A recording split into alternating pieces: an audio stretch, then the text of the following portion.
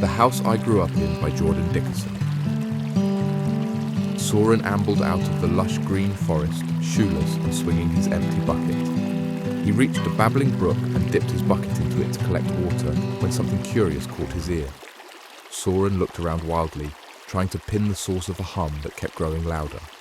Then something in the sky caught Soren's eye. It was the source of the hum, and he couldn't run away fast enough, leaving his bucket behind.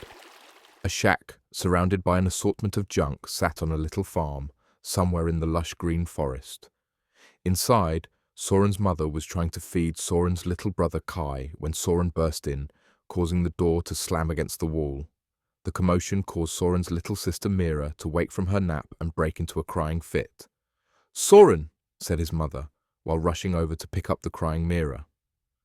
The moment she left Kai, he started throwing a tantrum of his own in his high chair.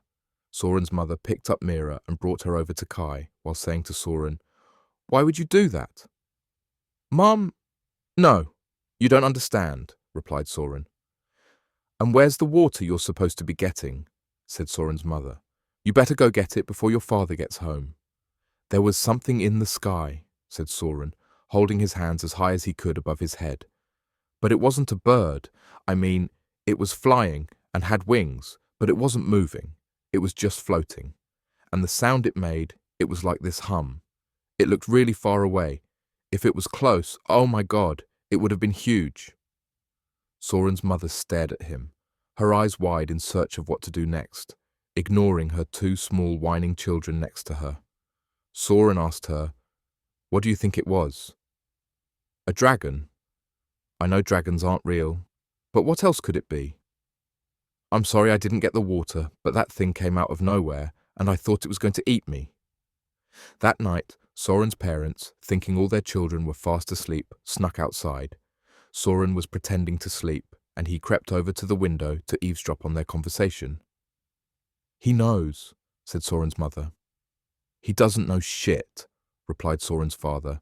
"He saw a plane. So what? Just let him keep thinking whatever he wants. He'll forget about it soon enough if you don't tell him anything." "I don't like lying to my son," said Soren's mother. "I don't give a damn what you like," said Soren's father. "Everything he needs to know about is on this farm." 5 years passed, and no matter how long or hard he searched, Soren didn't see another dragon in the sky. "You were just seeing things," said Kai as he sat with Soren in a tree. "There's no such thing as dragons." "I swear I saw it," replied Soren. "If there was one, there's got to be more, like ants or something. One day I'm going to find another one. I know I will. And wouldn't it be crazy if we could ride it? Ride it to go everywhere and see everything." "I don't want to ride a dragon," said Kai. "You're crazy. It might eat you." Soren smiled, looked up at the sky, and said, "It'd be worth it." That night, Soren couldn't sleep.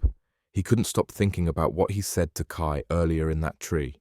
If he was going to find a dragon, if he was going to ride a dragon, then he couldn't waste another second on his parents' farm, hoping one would fly by again.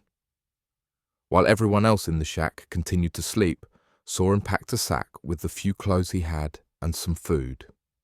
As Soren cracked open the door and looked back to make sure it didn't wake anyone, he saw the moonlight shine off of Kai's eyes while the boy lay in bed. The brothers stared at each other in silence for a moment. Then Soren walked out and slowly closed the door behind him. That bright full moon lit up the night for Soren, but he still didn't have a good idea of where he should head. The day he saw the dragon, it had flown in the same direction that the brook flowed, so he decided going that direction would be a good start. The days of walking weren't that hard on Soren. Surviving in the forest is basically what he had been doing his whole life. But with each hour he walked, more doubt crept in that he wouldn't find anything at all. On the third day of Soren's journey, he came across a break in the forest, and in the break he saw a long path of smooth rock with white and yellow lines on it.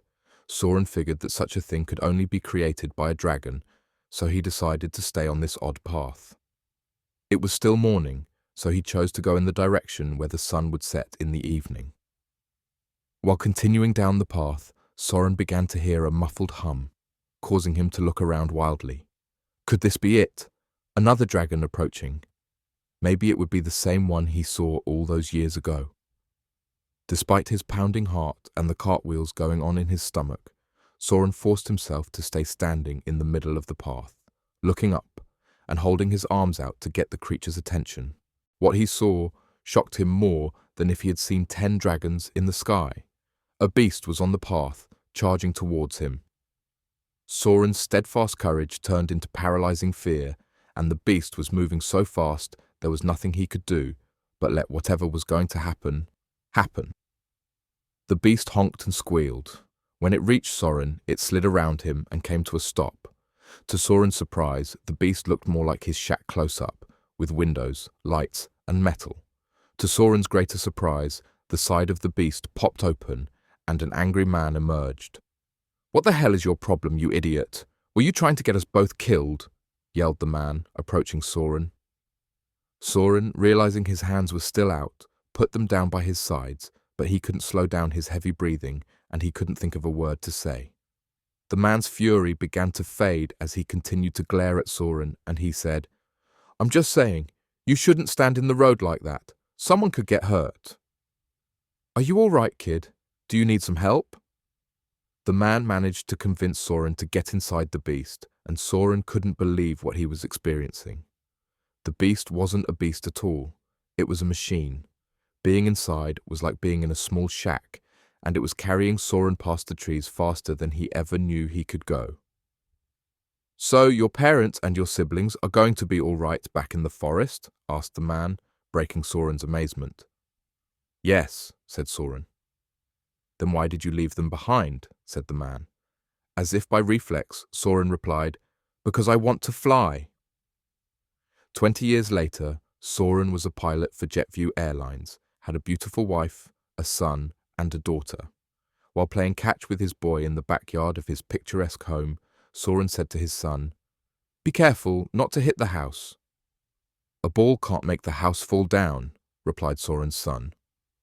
Soren smiled and said, "That's true, but you'll want to take care of this house. You don't want to mess it up." "Why?" said Soren's son. "It's our home. This is the house you're growing up in," said Soren. "One day, when you're all grown up, you're going to want to come back here." Soren's son asked him, "What house did you grow up in?" Soren hadn't thought about that place in a long time. Thinking about it was like trying to remember a story told to him by someone else, but he couldn't shake his son's question from his mind, so he decided to find that old shack in the forest. Maybe his parents would still be there, maybe Kai and Mira too, but no matter how long or hard he searched, nor the amount of money spent, the day never came when he could see his old home again.